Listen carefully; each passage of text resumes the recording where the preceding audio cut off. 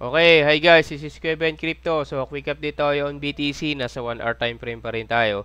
So, kanina umaga, di ba, nag-trade tayo for 94.9. So, nag-TP tayo dito for 94.9. Nag-short tayo for 20%, 94.5, nag-close tayo.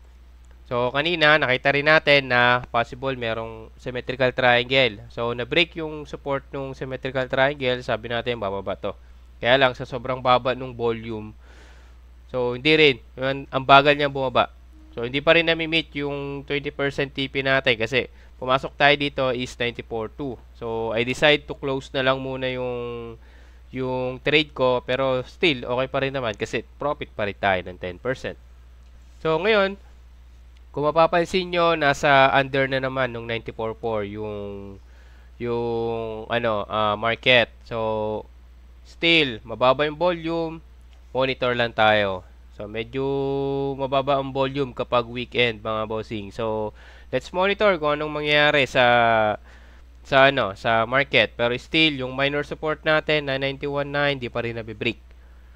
So, let's observe the market and then study kung ano yung possible mangyari. So, kung umangat man yan, whales lang naman yan kasi nasa weekend tayo, mababa talaga ang volume. So, let's monitor lang yung galaw ng market, mga bossing. So, this is Kuya Ben Crypto. Peace out.